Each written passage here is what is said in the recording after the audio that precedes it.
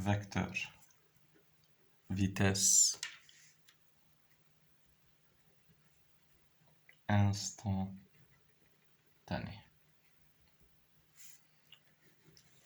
Par définition, le vecteur vitesse instantanée, c'est la variation de la position au cours du temps.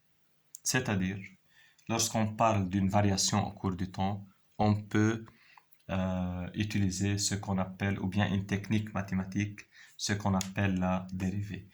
Puisque le vecteur vitesse moyenne, le vecteur vitesse instantanée, c'est la variation au cours du temps du vecteur position. Donc, il suffit, pour trouver le vecteur vitesse instantanée, il suffit de calculer la dérivée du vecteur position, d à la dt, le vecteur position r, ou bien tout simplement r'. C'est-à-dire, on dérive x par rapport au temps et y par rapport au temps, ou bien Vx, c'est la composante de la vitesse selon xi, plus la composante selon y de la vitesse selon j. Maintenant, on va donner une application. Par exemple, si on a r de t égale à 2t plus 1 i plus 3t2 moins t moins 1 j. Si on a à déterminer le vecteur vitesse instantanée, par définition, le vecteur vitesse instantanée, c'est la dérivée de du vecteur position.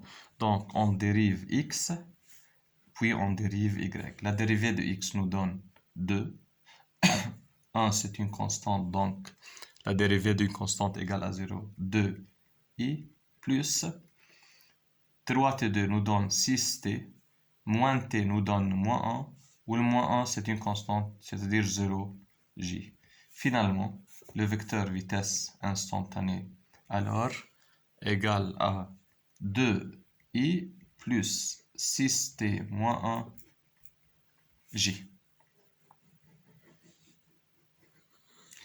Notez bien que le vecteur vitesse instantanée, c'est-à-dire à partir de ce vecteur, on peut déterminer la vitesse à un instant donné. Par exemple, si on a à déterminer v à 2 secondes, il suffit de remplacer t par 2 secondes.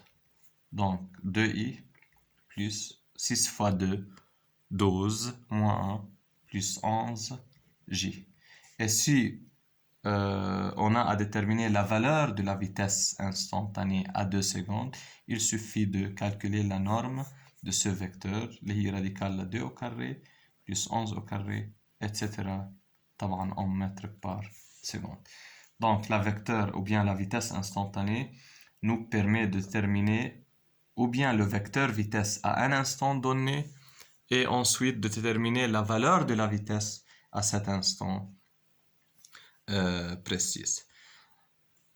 Par exemple, si on a à déterminer V4, Vs, c'est-à-dire V à t égale 4 secondes, ou bien à n'importe quel instant, il suffit de remplacer la valeur de t par l'instant choisi. On détermine alors le vecteur à cet instant, et en calculant la norme de ce vecteur, alors on détermine la valeur de la vitesse instantanée à cet instant considéré. Après le vecteur vitesse instantanée, on va parler de l'accélération instantanée. C'est-à-dire comment on détermine le vecteur accélération instantanée.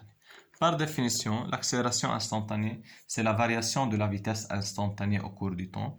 Ou puisqu'on parle d'une variation au cours du temps, donc on peut utiliser la dérivée, c'est-à-dire A instantané égale à la variation au cours du temps de la vitesse instantanée. Par suite, il suffit de calculer la dérivée de la vitesse instantanée, c'est-à-dire une deuxième dérivée pour x et une deuxième dérivée pour y. Donc x seconde i plus y seconde j, ou bien la composante ax selon i de l'accélération plus AY selon J. Application. Par exemple, si on a R de t de la forme T2 moins 1 I plus moins 3t plus 1 J. Si on a à déterminer le vecteur vitesse instantanée, il suffit maintenant de dériver R deux fois, ou bien on détermine le vecteur vitesse instantanée, qui est la dérivée de la position, c'est-à-dire 2t I moins 3j, c'est la vitesse instantanée.